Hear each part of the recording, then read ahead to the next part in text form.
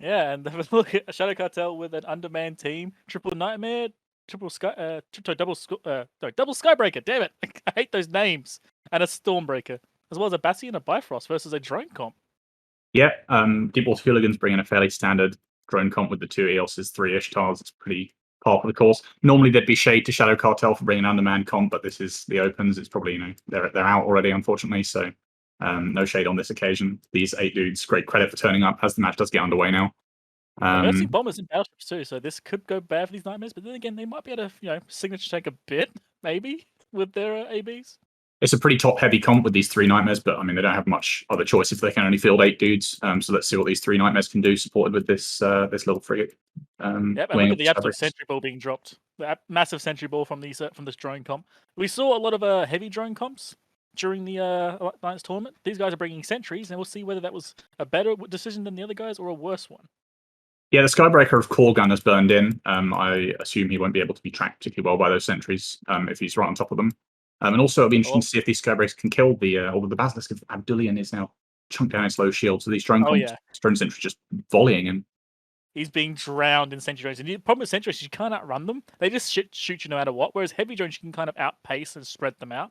So he's just going to be shot for the entire match. He's only got like 8 charges for the XLASB, so he's going to have to pray that they can that these Skybreakers can actually break these drones quickly.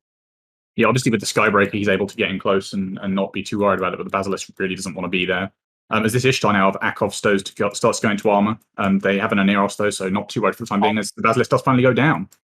Pop, that was vicious. The moment he got low shields, it just took like 2 volleys, he's gone. Now the Ishtar, of course, being a very thick armor boat with an Aneros behind it, he's going to be a really hard thing to kill.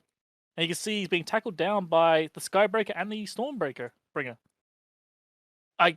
CCP, whoever of you named it Skybreaker and Stormbringer, I hate you. Why? That is so close, I'm going to get them wrong every time. But look at the Aneros now being primary. Has the Aneros been tackled down? No, they're just shooting him. He's grappled by one of the Nightmares, but not much else so far. They are still shooting at him, but he's going pretty quick. He's coasting it out. 1300, still 1100. He is starting to slow down, but I'm not sure if these Nightmares are going to be able to actually get in range and start pumping him. They do seem to be closing in on him pretty significantly. But I'm not sure how much this time is going to cost them because this first Nightmare of Yar's Revenge now into low shield, just entering armor. So maybe too little too late at this point, but obviously that's what we're going to find out over the next couple minutes. Yeah, I'm going to be brutal like I always seem to be more nowadays. It is already over. I mean, sure, undermanned comps have a chance to win, but the moment you lose one of your very expensive ships and then have nothing to show for it, you're going to lose. It's just the way the matches go. If you're going to lose ships, you have to gain something from it. If you're going to have an expensive ship, you have to get your value out of it. And they haven't. Yeah, and the Nightmare does go down, and they've gained precisely the square root of nothing for doing so, unfortunately. So, yeah, it's looking pretty a lost cause for Shadow Cartel in this one. I mean, they also lost their first match in the AT feeder rounds as well, so not looking particularly good for them in terms of tournament pedigree. I'm sure when we come back to the AT next year, which of course there definitely will be, confirmed, I'm sure we're going to, without hesitation, put them straight into the dumpster tier. I'm also really curious. You think the Oneros tier, as it's diplomatically called? Yeah. Do you think the Oneros has been like absolutely shitting bricks the entire time, or has he been deliberately like baiting that Nightmare the entire way through? Because he's finally been held down properly, but like it's taken him so long to get onto him. He is held down, but I think he's pretty chill, to be honest. I mean, even if he does die, it doesn't really matter. He's just, practicing his piloting, seeing what he can do, pushing the limits. He's pushed the limits a little bit too far this time. He's got caught, but it is what it is. I mean, bravo to him. He took about a minute or so, maybe 2 minutes to actually get caught. He was being grappled for a good minute or two and just constantly being slightly outside the range of the Nightmare. Now he's finally properly held, but I mean, it's not enough. It doesn't matter. It's already too late. I just want to talk a little bit about the Skybreakers. Obviously, this isn't the proper AT, so the comps are going to be a little bit weird, a little bit wacky from some of these teams. But coming back to last weekend, I was a little bit surprised to see the lack of Skybreakers in general because, as everyone knows, the rep drones that you can field in AT matches are extremely powerful. And in testing, Skybreakers absolutely demolish rep drones. They take a little while to deal with sentries and heavies, but rep drones just absolutely disappear. And for 1 point, obviously, you can fit them with a bunch of utility mid slots. yeah, they seem really, really valuable, and I was surprised that we didn't see particularly many of them, to be honest. Yeah, I was with you there on that one. I'm honestly not entirely sure why. I think we saw a lot of top-heavy comps. People didn't even bother bringing them. They needed all the points for the big ships, even though these things are 1 point each. It's like, I guess they decided it wasn't worth it, or maybe they're saving it for later.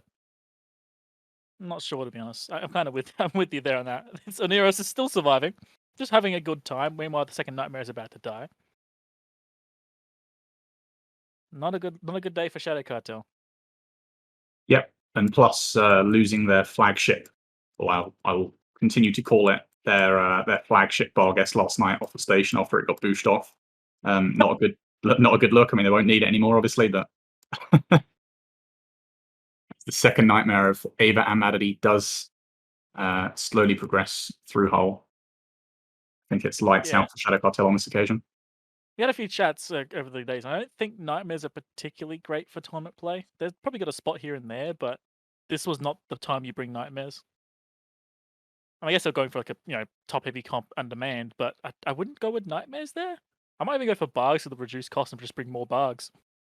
Worth noting that Barguest couldn't be brought tonight because we've implemented a sort of static 3-ban system for every weekend. So Barguest is just disallowed in general. That's okay.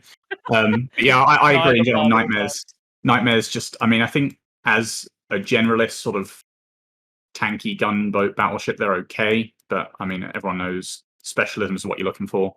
You want to be the best in that particular role, not a generalist that's good at everything. And yeah, quite expensive. I've been following the sort of Sancha theme. I think Phantasms, we saw them a couple times last weekend, and that's a little bit baffling to me as well.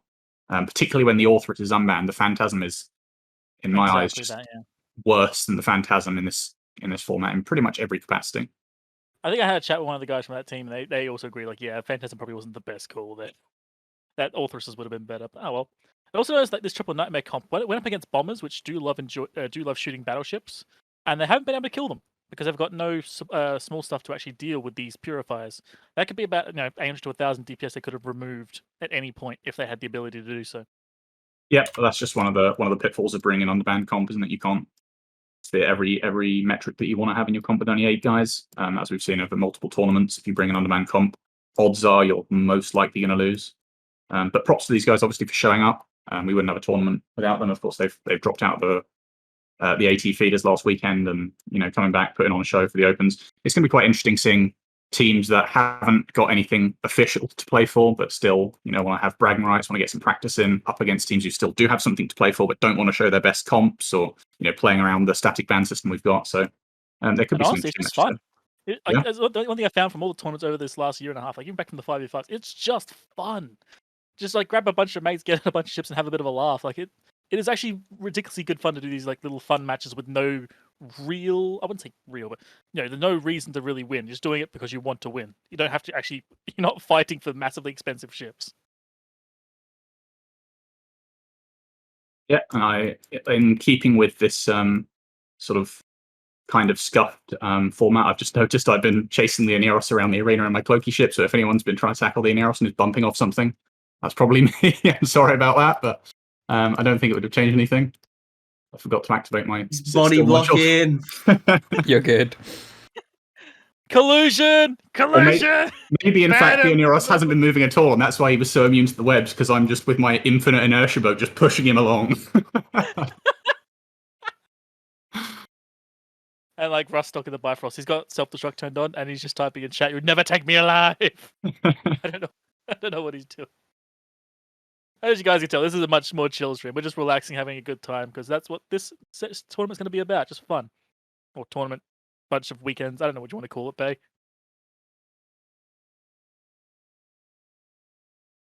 They're calling it the Open Series. No, you should have said something different. It triggered the hell out of Bay. What are you doing, Jin? Don't you know how to troll him? All right, Bifrost gone down. No one can hear you, Bay, which means we can troll the hell out of you. It's my job. Match is over. 100-0. Thanks for taking part, Shadow Cartel, and congratulations, Deepwater Hooligans. I'll pass it back to the desk, even though it wasn't my job. Sorry, there's a little bit slack this evening. We'll get more professional as the night goes on. Back to the desk, please.